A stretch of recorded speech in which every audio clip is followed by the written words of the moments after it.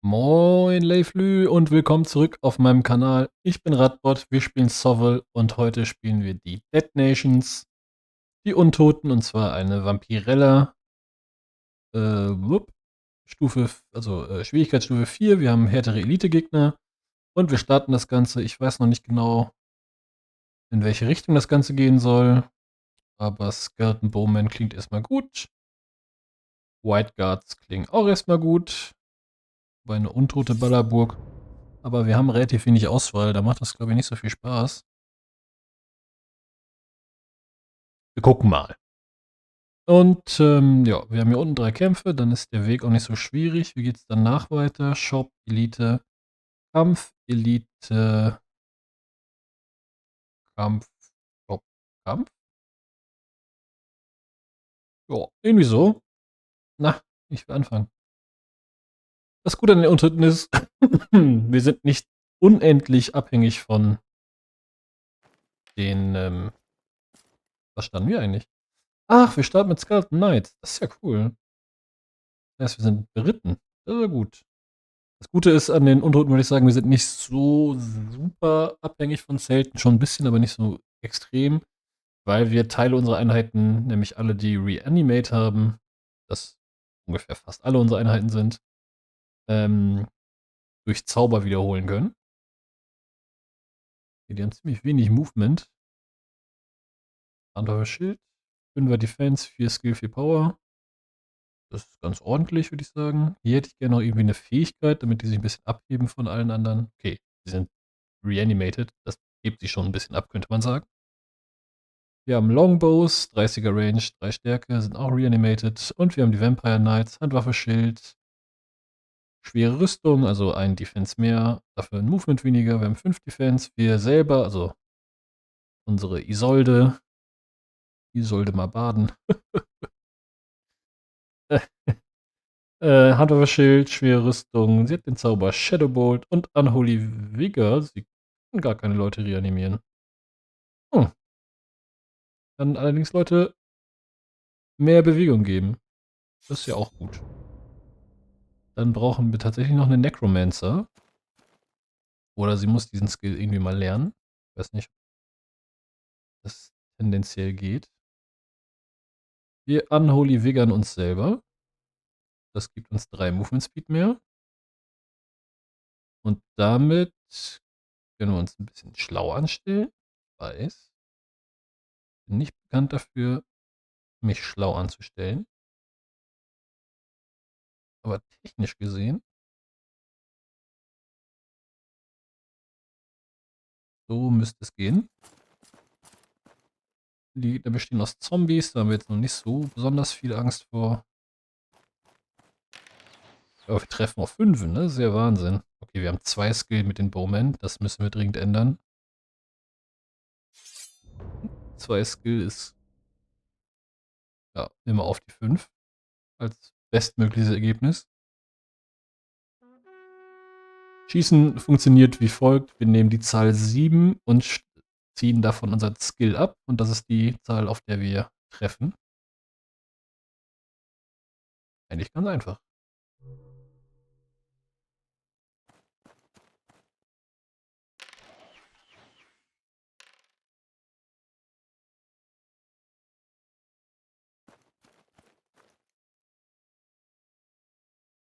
Hm, eigentlich schon wäre ich hier gerne Nahkampf gegangen. Aber das wird wohl nichts. Ne, das wird nichts. Ich hoffe, mit dem Unholy Vigor könnte ich vielleicht die Range so weit erhöhen, dass wir da irgendwas hätten ausrichten können. Ja, das war ein mittliger Nahkampf. Dann macht uns auch noch Schaden. Aber die Hunde laufen weg. Das ist gut. Also gut für uns. Was? Ach, das war dumm.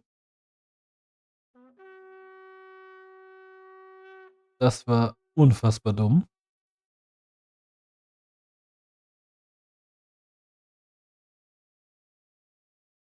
Oh Mann, war das dumm.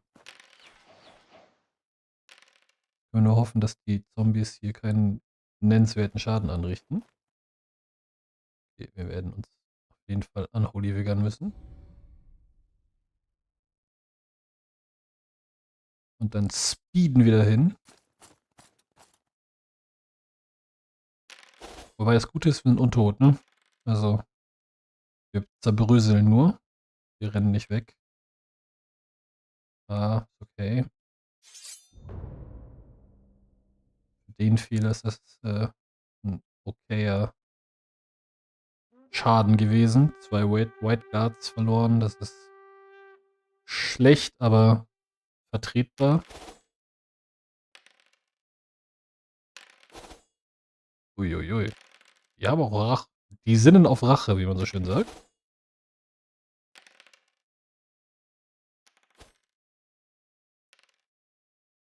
Ja, das war gut. Nicht einen verloren in diesem Kampf.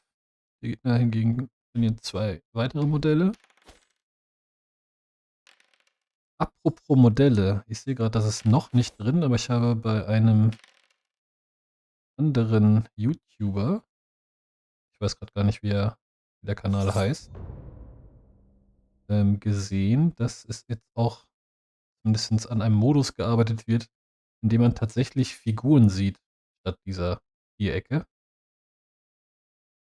Das finde ich ziemlich cool. Das sah auch ganz gut aus. Bin mal gespannt, wann das Update dann kommt.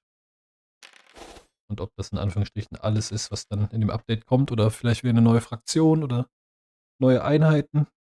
Balance Patches, irgendwas. Die Updates kommen in dem Spiel hier nicht so sehr rasant, sage ich mal. Aber dafür kommen die immer mit einem ganz ordentlichen Impact.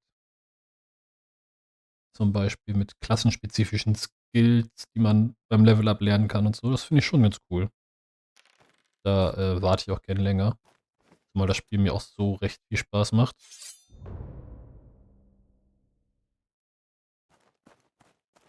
Natürlich nur, wenn es auch läuft.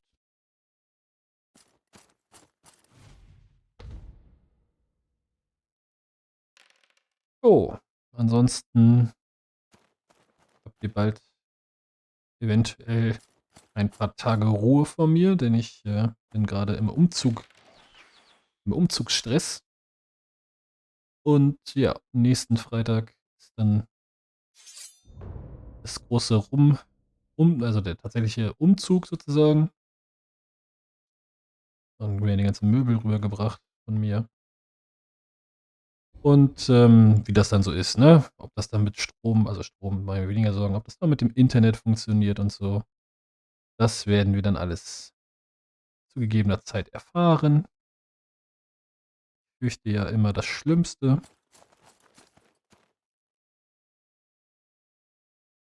Meistens funktioniert das ja alles immer nicht so perfekt.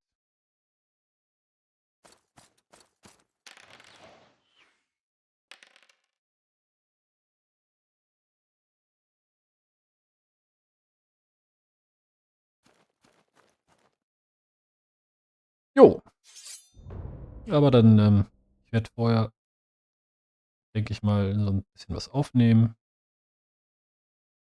Ich habe auch schon ein bisschen was in der Pipeline. Auch ein anderes Spiel, über das wir schon gesprochen haben. Und genau, wir schauen dann mal, wie weit ich das bis nächste Woche hinkriege, paar Videos vorzuproduzieren. Ey, 4 Tote ist natürlich sehr, sehr bitter.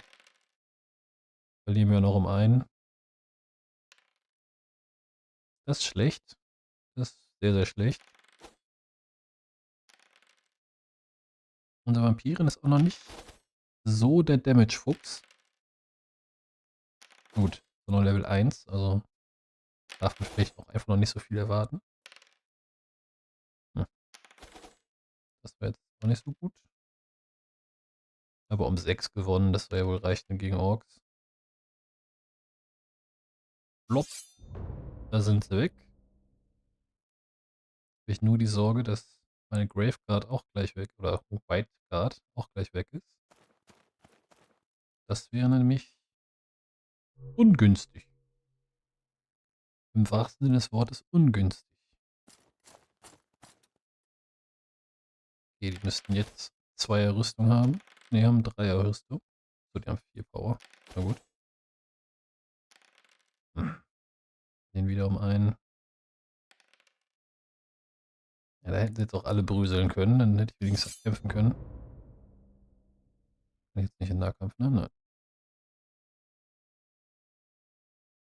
Dann wiggern wir uns nochmal. Wenn wir da eh rein müssen, dann können wir da auch für uns in eine gute Lage reinrennen. Ich fürchte fast, dass die White Guard jetzt einen töten werden und dann kann ich ja nicht mehr reinschalten. Hm. Ja, lost. Das heißt, die Guard ist gut, aber wir verlieren jedes Mal brav nur einen. Das ist schon nett, aber immer einen verlieren reicht halt auch. Haben die Orc Scouts ganz schön viel Schaden gemacht. Aber gut. Die sollten jetzt ja wohl dann gut sein. Gut, unsere Trefferfähigkeiten lassen zu wünschen übrig, aber wir sind halt Untote. Da ist das mit den Kampfskills vielleicht auch einfach ein bisschen eingerostet. Ja, 9 Stück verloren. 4 kommen wieder, das ist ja immerhin was. Stronger Sums. Reduce Crumble Rolls. Ja, doch gut. Hier nehmen wir die Einsen Rerollen. Ihr regeneriert euch natürlich. Dann wollen wir die Skeleton Knights nochmal um 1 vergrößern. Und in den nächsten Kampf, wenn ich dann jedes Mal jemals treffen sollte.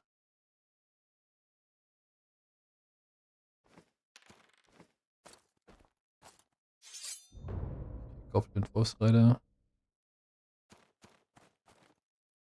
Das ist der Fährkampf, den sie haben.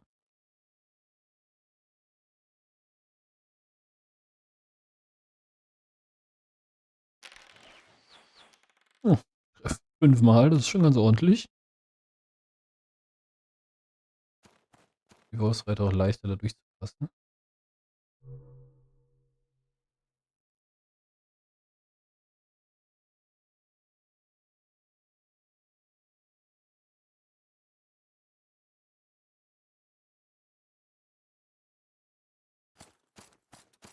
Ich fürchte jetzt fast, dass ich dadurch durch dieses Gelände hier jetzt nicht schaffen werde, da rein zu rennen.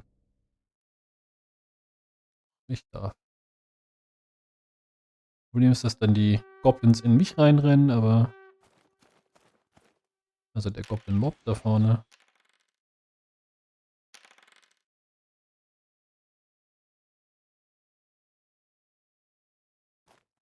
Das lässt sich wohl nicht so recht verhindern, außer die Goblins laufen weg.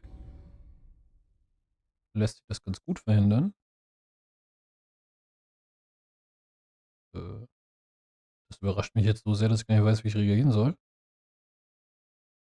Dann rennt die White Guard. Die White Guard läuft dann mal hier hoch, um die in Empfang zu nehmen. Wir gehen mal davon aus, dass wir die Wolfsreiter hier jetzt vernichten werden. Oder die zumindest jetzt fliehen werden. Oh. Können wir, glaube ich, auch ganz sicher davon ausgehen. Dann greifen wir da den Mob in die Flanke an. Ja, eine -1 werden sie auf 2 Würfen nicht schaffen. Zack. Da gehen wir in die Flanke. So, jetzt kommen die Goblins zurück. Die werden jetzt aber erstmal von Skelettbogenschützen beschossen. Da geht auch einer dran drauf. Und von den Kameraden hier. Das passt hoffentlich da mit der Flanke.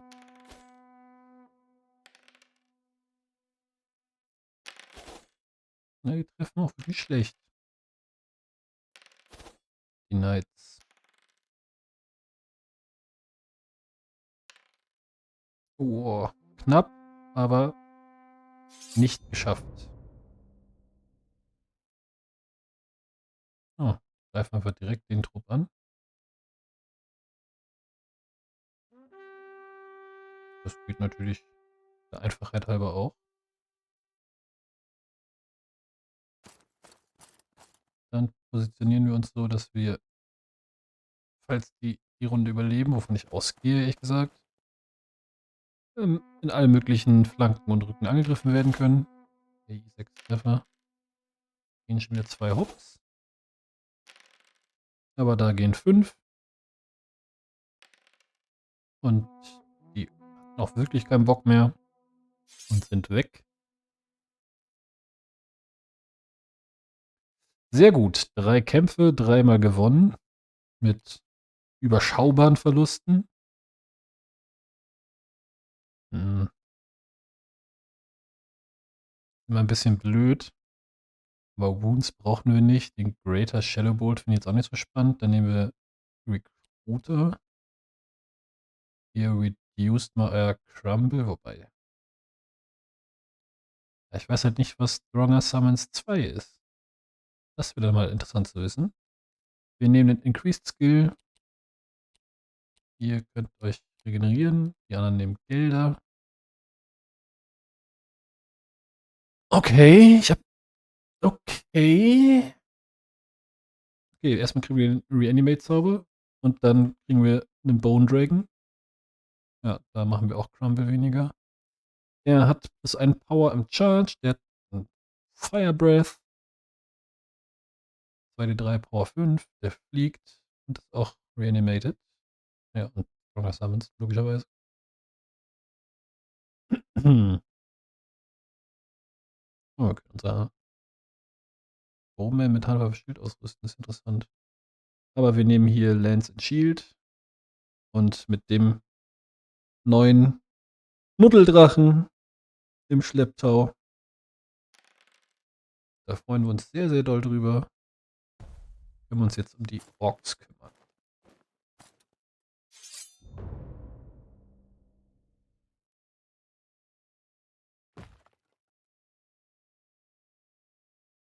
Wie gesagt, wir haben Reanimate. Ein Treffer. Ein Lucky Punch. Wir können die 3 plus ein Wound wiederherstellen. Ich glaube, es war zumindest mal so, dass wir damit auch über das vorherige Maximum hinaus heilen können. Das heißt, wir können hier jetzt bis zu 4 Bogenschützen dazustellen einfach. Zustellen lassen.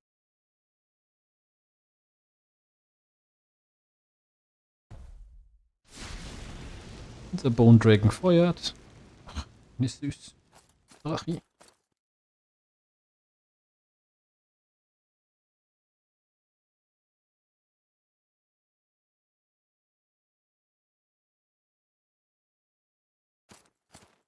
Da bügeln wir die Chariots auseinander.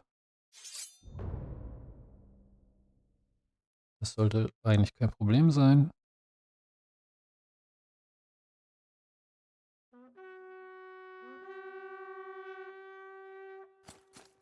So, und jetzt probieren wir es mal aus. Wir sind 9. Okay, das hat man wohl geändert. Das geht dann wohl jetzt nicht mehr. Zumindest nicht mit dem Reanimate-Zauber. Vielleicht geht es ja mit irgendwas anderem der Nekromantenfähigkeit, wenn er eine besondere hat oder so. Das weiß ich jetzt nicht. Auch ein bisschen dumm, ehrlich gesagt, dass das ging. Du brichst eigentlich auch eine Lanze. Gilt. Jo, den haben wir aufgegessen.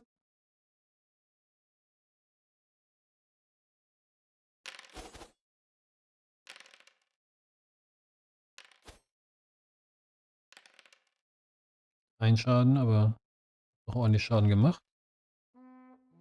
Genau um einen Punkt ausreichend Schaden, um genau zu sein. Nö, wir ziehen ja nicht in Krieg. Okay. Die wollen Ärger.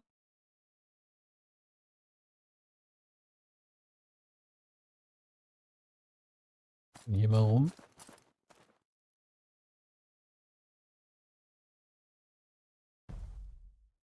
Ich möchte eigentlich in die Brutes rein, ne? Hm. Na gut, dann grillen wir die normalen Orc Warrior erstmal. Ja, und auch gleich einen Shadow Bolt hinterher. Der fliegt irgendwo hin. Weiß der liebe Gott wohin. Die Graveguard mit neuem Mut. Bogenschützen. Feuern da auch nochmal rein.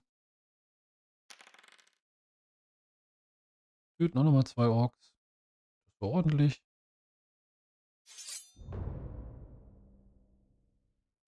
Jetzt fliegt unser Vampiren da rein und dann ist da auch Ruhe in den Orc Warriors. Könnten das noch absichern. Ja, ist gut. Noch ein bisschen mehr Bewegung für die White Guards. Apropos mehr Bewegung. Unholy Vigor auf die Kavallerie.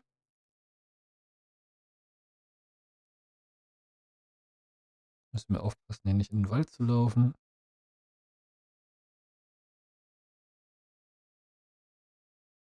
Das weiß ich jetzt nicht, ob das reicht, aber die Gegner können es auf jeden Fall nicht angreifen. Wir treffen auf 16. 16 zum Verhexen. Und in dem Fall halt nicht.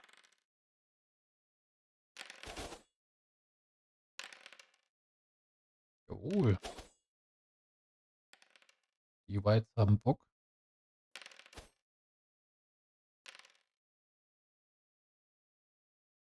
Gut, um 11. -4. Haben die wohl nicht geschafft. Na, und die kommen da in die Flanke. Ja gut, ich kann es jetzt nicht mehr abbrechen. Ich glaube, wenn die nicht in die Flanke gerannt wären, wäre das besser gewesen. Ich habe doch einen verloren, ne? Kommt auch einer wieder. Kann der nicht übertreiben. Na gut, komm, hier. Skippen. Weil der da natürlich zuschlagen kann. Und der tötet natürlich auch einen. Deswegen war es dumm, da anzugreifen.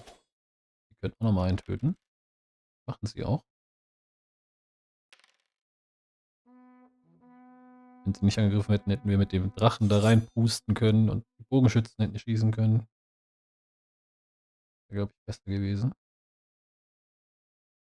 Na gut, heilen, Geld. Weiter geht's. Ab in den Kampf. Eine Bandit Gang. Ganz blöden Terrain. Wobei für uns geht's eigentlich sogar, ne? Naja, gut. Sollte man meinen, dass es für uns geht, aber...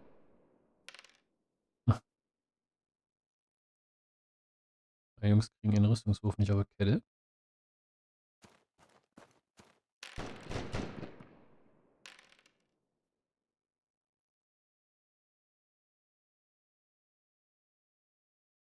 Bogenschützen. Komm nicht näher ran. 2 Treffer ausgemacht, die nicht näher rankamen.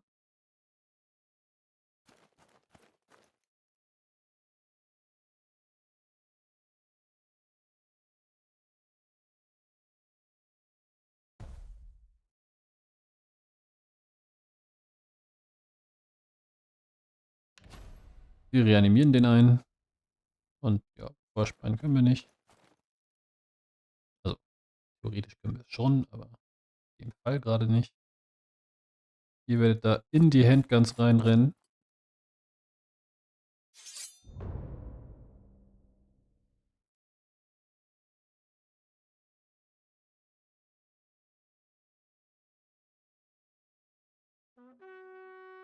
Jo. Mal schauen, was die anderen jetzt machen. Hier töten wir erstmal 2 Spearmen. Okay. Unholy.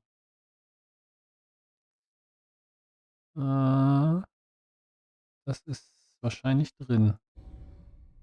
Dann Unholy Vigern wir die White Guard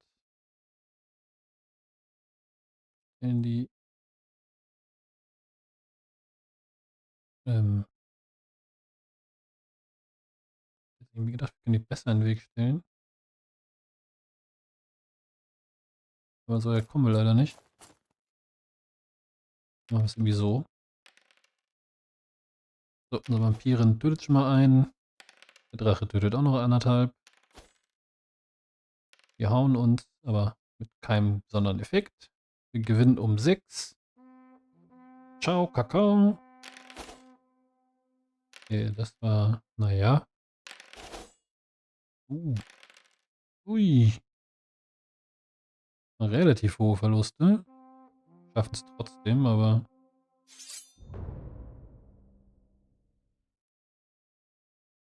gut war das jetzt auch nicht zwingend.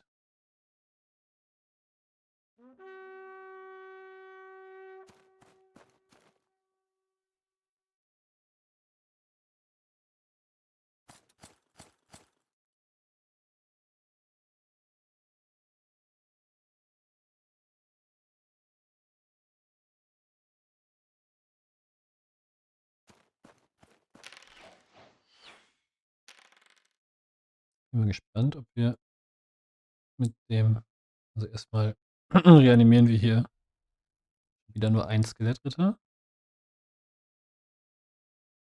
Ne, kommen wir nicht hin.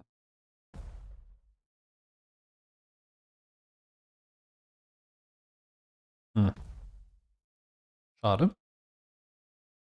Jetzt hoffe ich, dass nicht so viele White Guards sterben. Es werden maximal 4.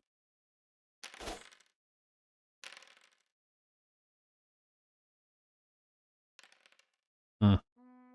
Die jetzt hier alle so schön aufgestellt, dass sie da die Speerträger angreifen können. Jetzt ist nichts mit Speerträgern angreifen. Echte Enttäuschung.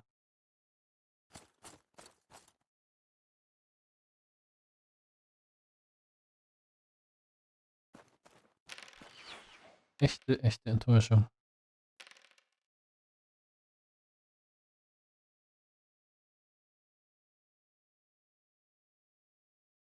Nee, wir müssen glaube ich nicht.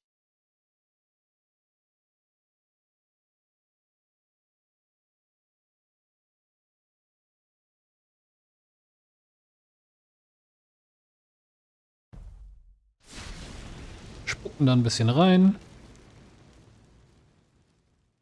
Dann zaubern wir da noch ein bisschen rein. Okay, halten die. Recht.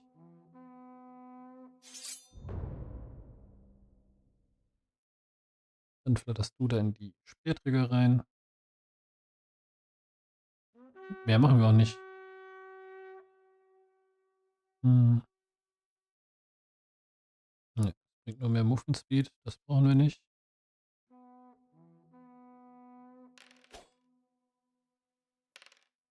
Hm. Gute Rüstungsschutz. Rüstungswürfel. Gut, dass wir noch einen Drachen-Buddy haben. Ach, verliert einen Lebenspunkt. Wir gewinnen um 3. Und da bleiben die Spearmen stehen.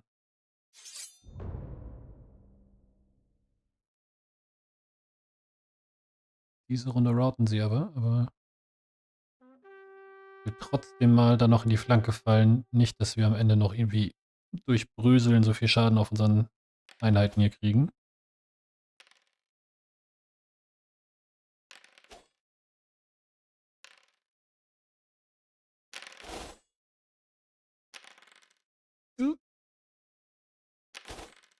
Und wäre gut, dass wir da noch angegriffen haben. Sonst wäre es unentschieden gewesen und ich glaube sogar, wir hätten verloren. Entschuldigung fürs Husten. Die Erkältung ist ein bisschen hartnäckig. Hier erhöhen wir mal die Unit Size. Mit 4er Skill sind die ja im Groben und Ganzen eigentlich ganz gut. Gut, kriegt mal Use Crumble, auch wenn ihr bisher noch nicht in die Verlegenheit gekommen seid zu crumblen. Und aber den nächsten Elite-Fight. Die gute Van Platen. Wird auch schon ein paar Mal verhauen.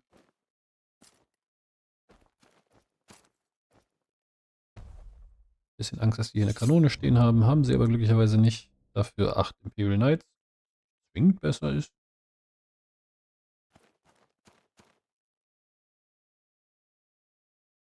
Hm. Versuch mal da ein paar Handgunner zu erschießen. Naja, einen.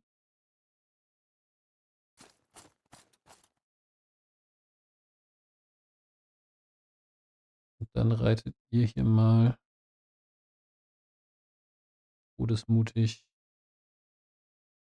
Ihr reitet hier mal nicht todesmutig. Erst noch Unholy Vigor. Und dann fliegst du todesmutig. Aber ich möchte näher an die Knights.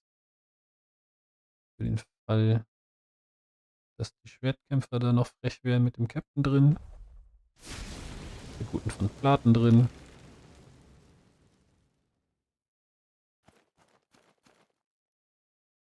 So, du hast Unholy Vigor bekommen. Dann kommst du jetzt auch an die Musketenschützen ran. Reichweitentechnisch.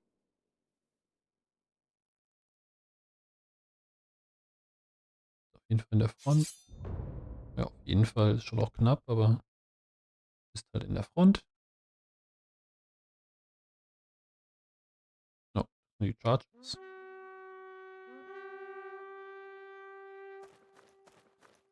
Sagen, ein Problem kriegen wir, wenn die Helbardiere sich jetzt umgedreht hätten und die Knights verprügeln, weil das hätten die Knights nicht so gut überlebt.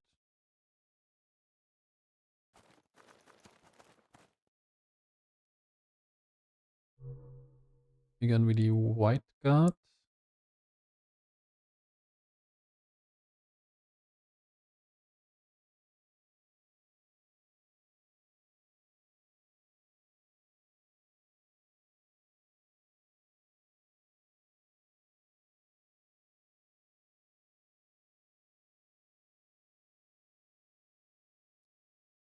Das sollte nicht drin sein.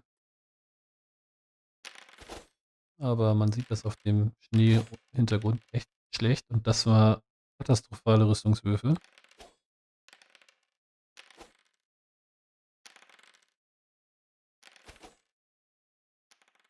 Wir gewinnen hier um 5.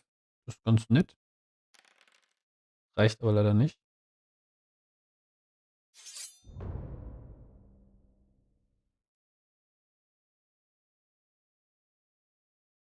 Okay, das klappt tatsächlich.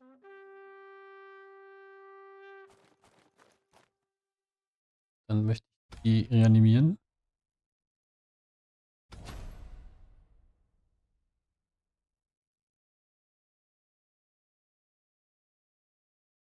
Und wir drehen uns und erschießen ein paar Helbardiere. Oder auch nicht. Unsere Pfeile sind offensichtlich ähnlich alt wie unsere Skelette. Prallen die an den harten Rüstungen der Helbardiere einfach ab. Wir haben einen Treffer gemacht und nein, wir crumblen. Wir crumblen auch volle 3, also 2, weil wir -1 haben.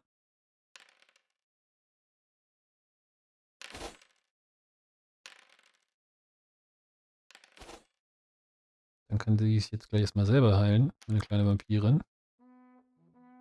Tschüssi.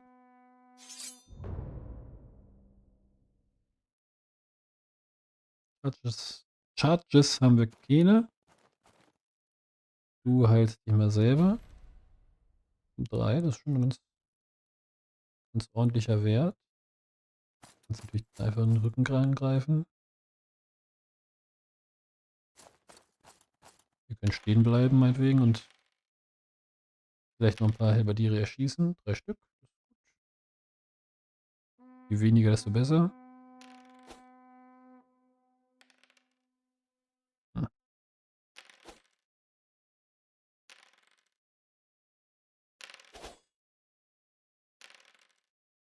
Um einen gewonnen, das ist nicht besonders viel.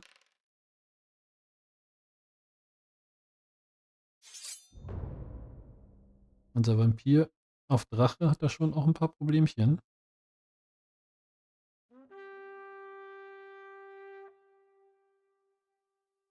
Das lässt sich nicht leugnen. Könnt ihr Movement Speed geben? Kannst du mal schauen, ob du vielleicht den da in die Flanke fallen kannst?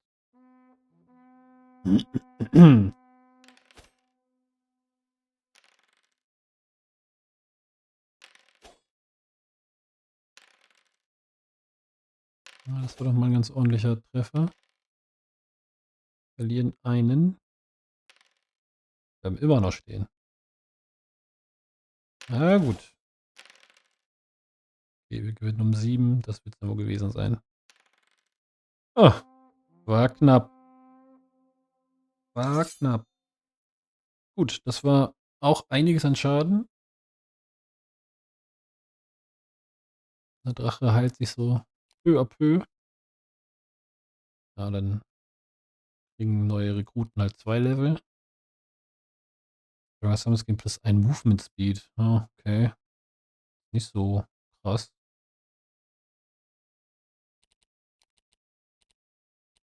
Nicht so krass wie andere Sachen. Ja, ihr kriegt auf jeden Fall mehr Leute. Und dann geht's hier in den Kampf. Danach kommt ein Shop, dann kommt ein Kampf, dann kommt der Endkampf für dieses Video. Und für diesen Akt. Okay, ein Haufen Orks. Wer hätte das gedacht?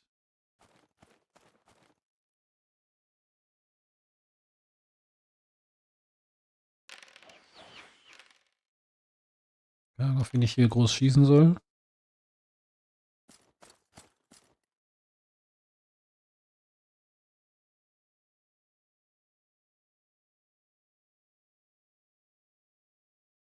Ein ziemlich dichter Wald. Witzig.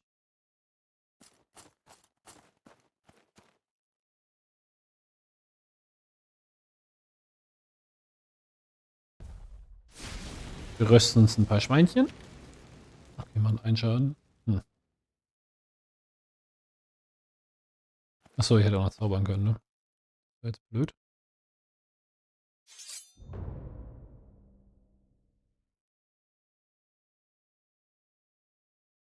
Nö, ihr könnt da nur frontal angreifen. Frontal wollen wir da, glaube ich, nicht angreifen. Ihr erschießt ein paar Orks. Ein Orks. Dann kriegst du mal ganz schnell laufen.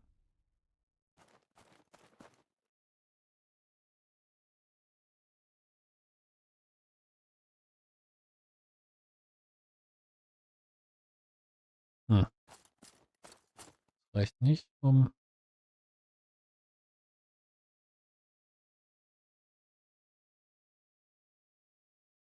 in den Nahkampf zu kommen.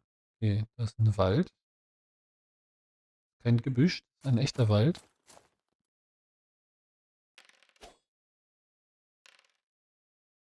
So, eine Vampirin tötet einen Ork alleine.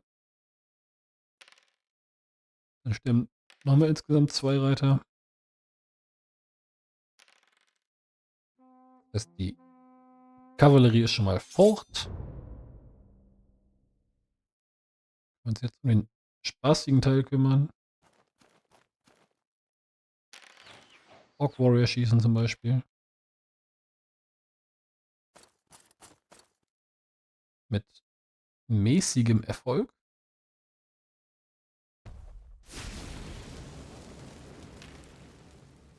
Okay, da einmal atmen ist der erfolgsversprechender offensichtlich.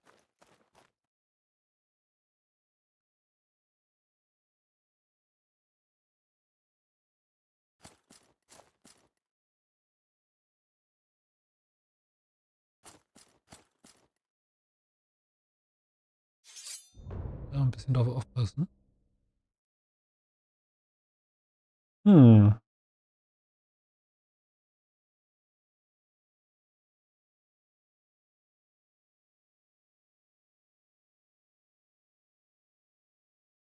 Okay, dann muss die White Guard das jetzt halt irgendwie überleben.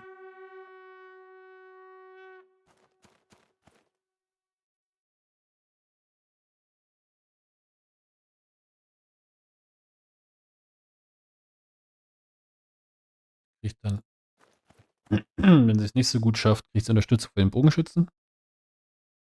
Du hast noch nicht viel zu tun.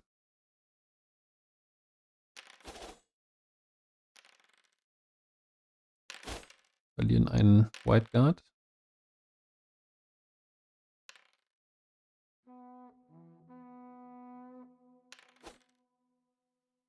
Eine Vampirin, Isabella, tötet einen Orc Brute.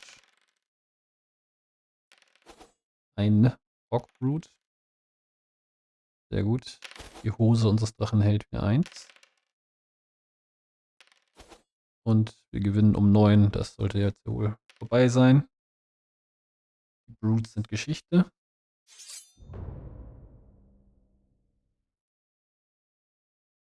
Und dann geht's in die Orc Warrior.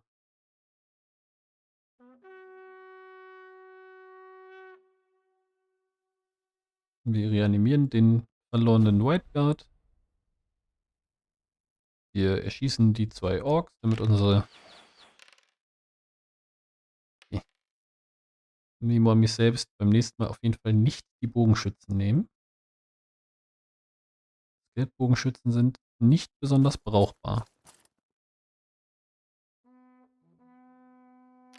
Wir sind nicht die Khemri-Fraktion, wo Bogenschützen ganz gut ist. Oder am Ende weiß ich es nicht mehr, aber seit wo ich gespielt habe, waren sie okay.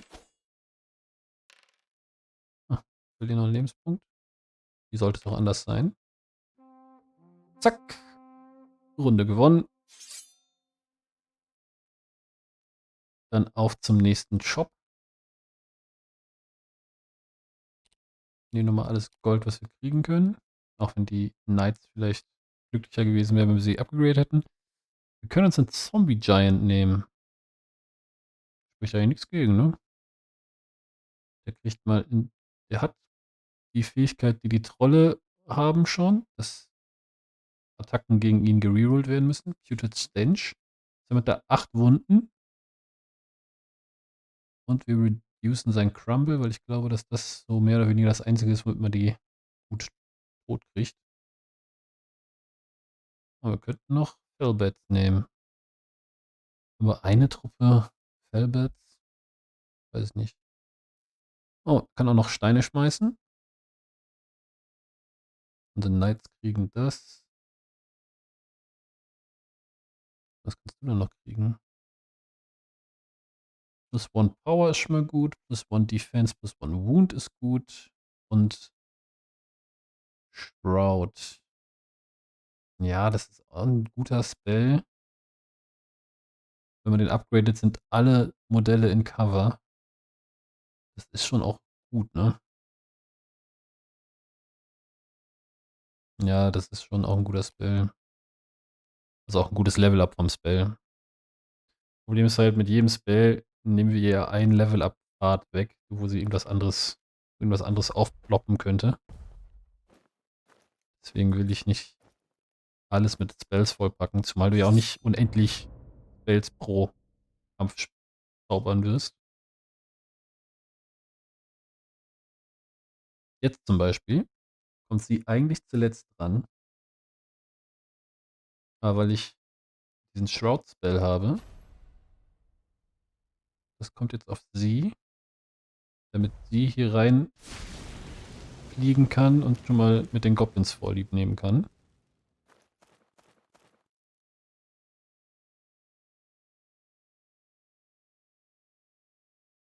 Oh, du kannst auch hier in den Wald gehen.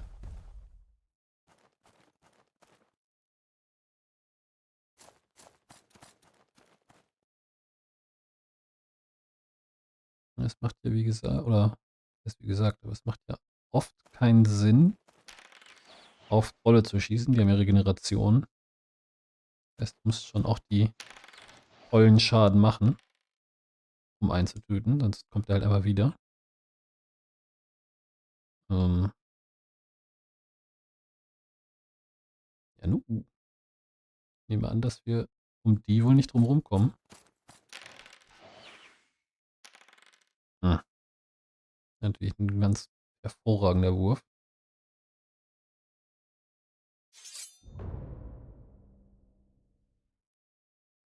Da rein. In die Goblins.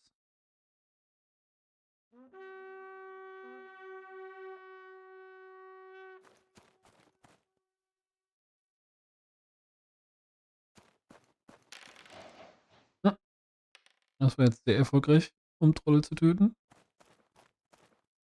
Ungefähr eine 7 von 10 erfolgreich.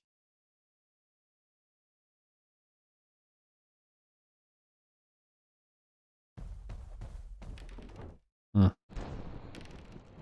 Der ist es auch nicht.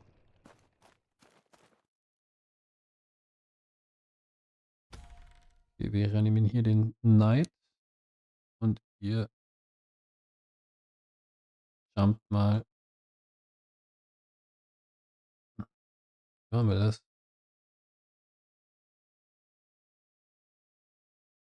Versucht mal irgendwie so in die Trolle zu kommen. Ich glaube, das wird nichts, aber Versuch macht Fluch. Okay. Der Boss hat er fast vollständig zerschnetzelt.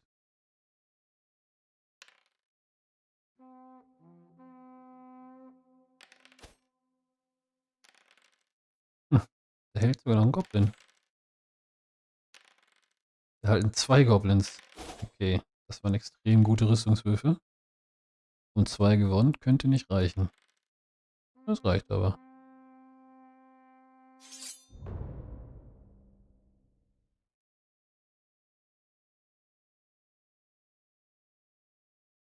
Und tatsächlich rum, ist viel stark.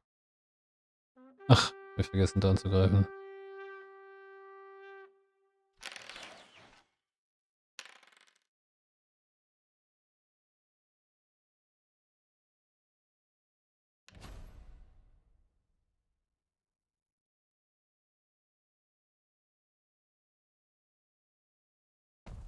Oh, wir reanimieren natürlich unsere Skeleton Knights, dann fliegen wir hin, rösten ein paar Goblin Shotbows.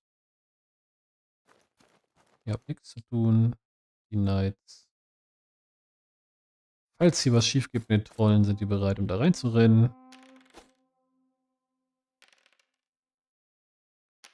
Unser Giant tötet 2. Kriegt keinen Schaden, gewinnt also um 3. Reicht aber nicht aus. Unsere White Guards töten einen Troll.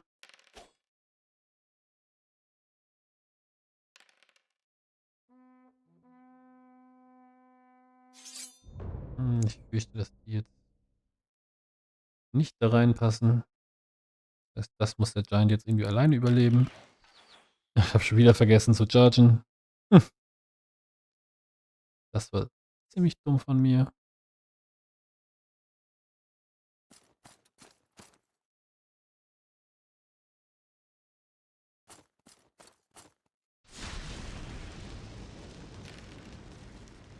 Wir können auch versuchen, die Wolfsreiter einfach nur zu grillen.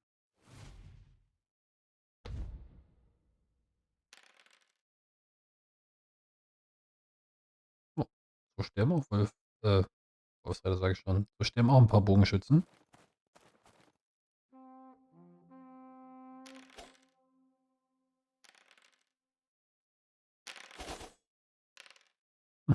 Bleiben 3 Treffer. Und sogar einer durch.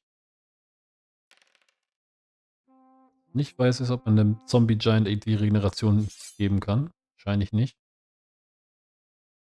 Das würde die ziemlich, ziemlich unschlagbar machen. So, die White Guard steigert sich um nochmal 5 Mann. Ihr kriegt, warum auch immer, ein Movement Speed. Ihr kriegt 2 Leute dazu. Ihr nehmt Geld, ihr nehmt Geld, ihr nehmt Geld. So. White Guard vergrößern wir natürlich noch ein bisschen. Da kann man nichts mehr vergrößern. Auch für den Kampf gegen Prinz Ayas und einem Haufen Hochelfen. Das wird wahrscheinlich kein so großer Spaß. Deswegen machen nämlich Schaden. Aber das sind normale Speerträger beides, das ist gut. Das sind Schwertmeister, die machen auch Schaden.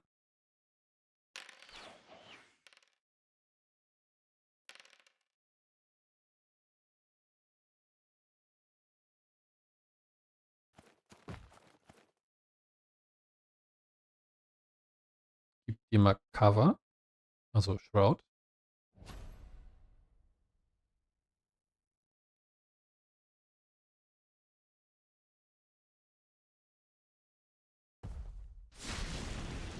Dann versuchen wir mal diese 11 Watcher hier zu rösten.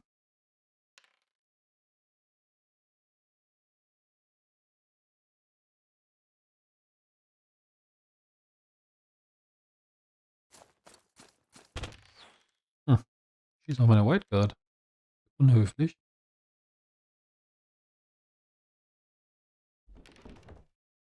Reicht leider wieder nicht fürs Chariot.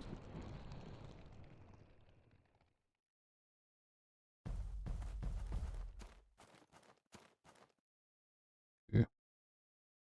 Die Speerträger wollen sich mit den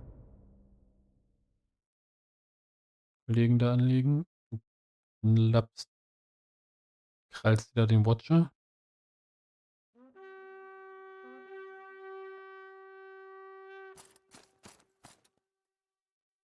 Einmal Cover of the Knights.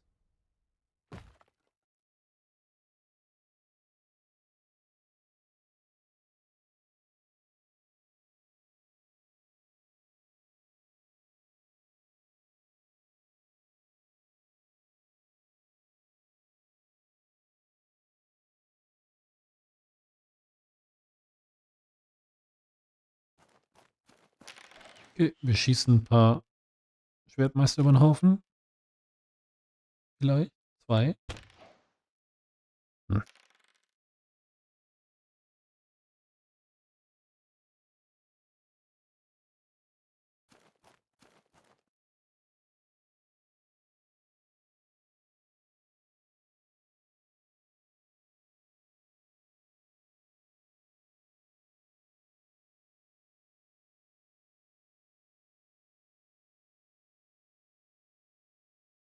Ne, da kommen wir so nicht rum.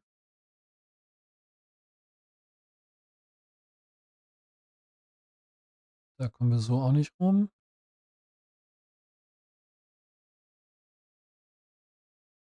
Da kommen wir so auch nicht rum.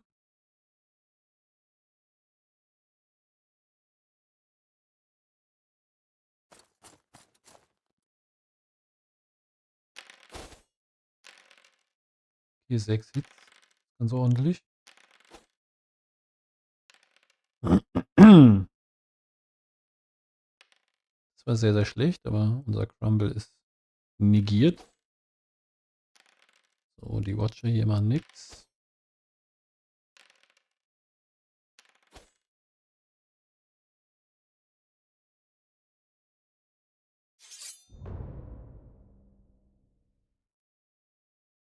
Okay.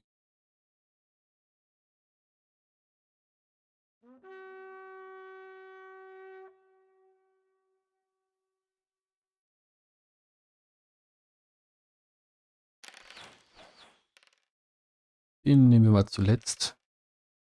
Hier ist nochmal 2 Schwertmeister.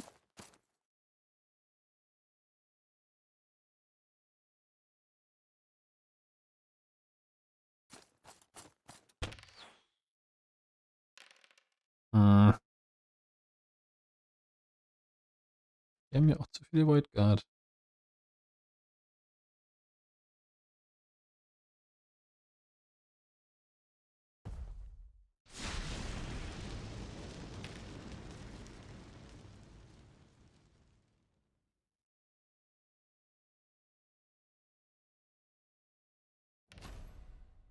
Zwei Lebenspunkte könntest du noch gebrauchen.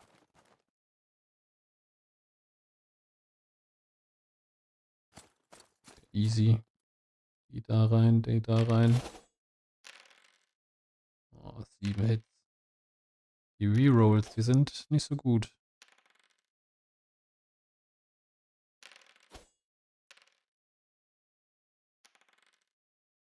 Also deren Rerolls sind ziemlich gut. Muss mal so rum. Da rein. Und du tigerst mal da rein.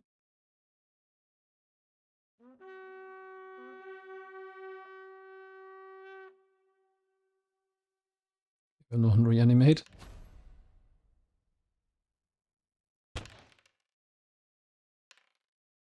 Ui.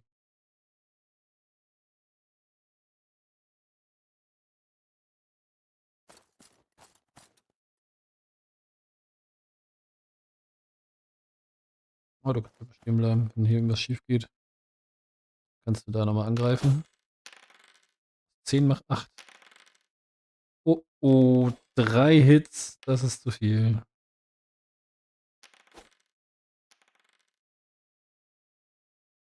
Das ist zu viel. Und das Crumbler noch 3. Ui. Okay, die kriegen unseren Zombie Giant ganz gut kaputt.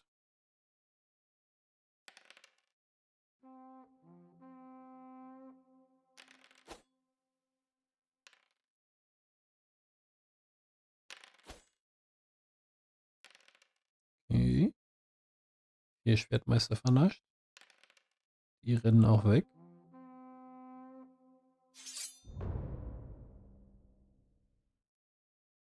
Ja, wir haben hier leider keine Charges.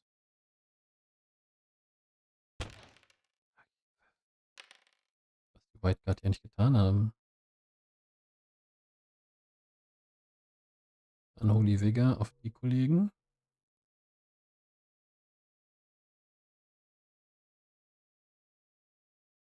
Dann fliegen wir eventuell so, dass wir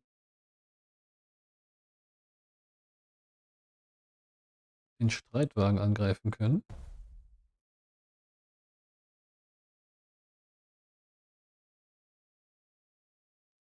Hier so, dass ihr die Speerträger angreifen könnt. Und ihr dreht euch einfach, dass ihr die Schleuder angreifen könnt. Und ihr... Achso, ich will noch mal vorlaufen. Macht ein dummes Gesicht. 10 macht 6. Das ist auch besser. Aber es reicht, um den Giant zu töten. Das ist natürlich nicht so gut.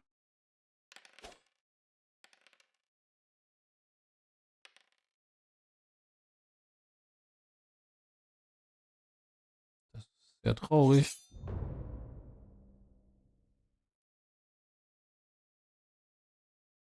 Du touch da, du da, du da. Du kannst da an die Front laufen.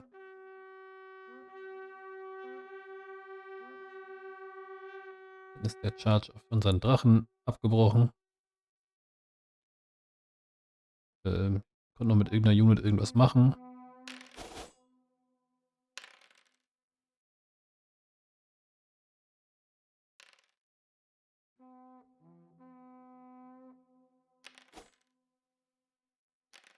Und dann ist, nehme ich mal an, ohne zu spoilern oder irgendwas anderes zu tun, dieser Kampf vorbei und für uns entschieden.